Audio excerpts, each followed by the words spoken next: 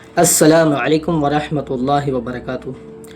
آپ نے غور کرا ہوگا جتنے بھی بڑے مذاہب ہیں، بدھ مت، عیسائی مت، یہودی مت، ہندو مت یا جین مت، آپ نے دیکھا ہوگا جب یہ لوگ اپنی عبادت کرتے ہیں، پریئر کرتے ہیں تو اپنی آنکھیں بند کر لیتے ہیں۔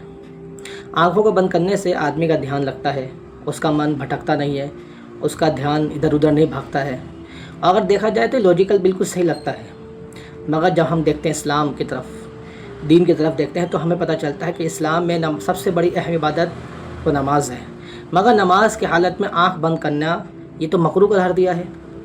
بڑا حیران کی بات ہے نا کہ دوسرے مذاہب میں تو اتنا دھیان دیا جا رہا ہے، مگر اسلام جو سچا حق مذہب ہے، جس کے شک ہونے پہ کوئی ذرہ برابر میں کوئی کمی ہے ہی نہیں، مگر وہ کیا کہہ رہا ہے کہ اگر نماز پڑھ رہے ہو، اللہ کی طرف جھکے ہوئے ہیں، تو آنکھیں کھول کر، آنکھیں بند کر کے نہیں، ورنہ تمہاری نماز مکروہ ہو جائے گی۔ ایسا کیوں؟ کیا وجہ ہے؟ تو اس کی بنیادی وجہ یہ ہے کہ تم نماز تو پڑھو، مگر آنکھیں بند کرنے کا مطلب یہ نہیں ہے کہ تم آنکھیں بند کر لو اور دنیا سے کٹ آف، بے رغبت اختیار کر لو، اس کو کنارہ کر لو۔ نہیں، اللہ نے دنیا میں بھیجا ہی آزمائش کے لیے، یہ دنیا تمہارے لیے بنائی گئی ہے تاکہ تم اس میں رہتے ہوئے اللہ کی عبادت کرو۔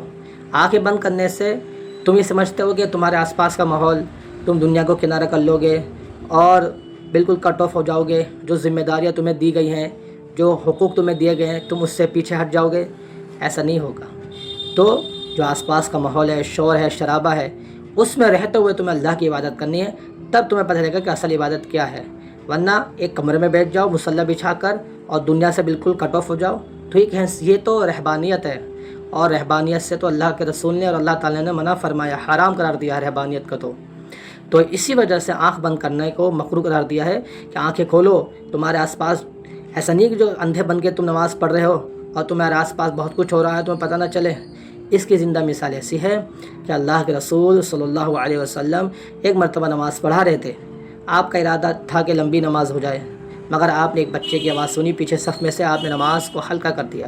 آپ اللہ کی عبادت کر رہے ہیں، مگر آپ دنیا سے غافل نہیں ہیں، اپنی امت سے غافل نہیں ہیں، ان کا بھی خیال تھا، تو آپ نے اس بچے کی بنا پر نماز کو ہلکا کر دیا۔ تو ہمارے لیے سب سے بڑی مثال یہی ہے کہ ہم نماز تو پڑھیں، اللہ کی عبادت کریں، مگر دنیا سے غافل ہو کے نہیں، بلکہ دنیا میں رہتے ہوئے۔ اللہ سے دعا اللہ تعالی ہمارے لیے آسانی کا معاملہ فرمائے، آمین ثم آمین۔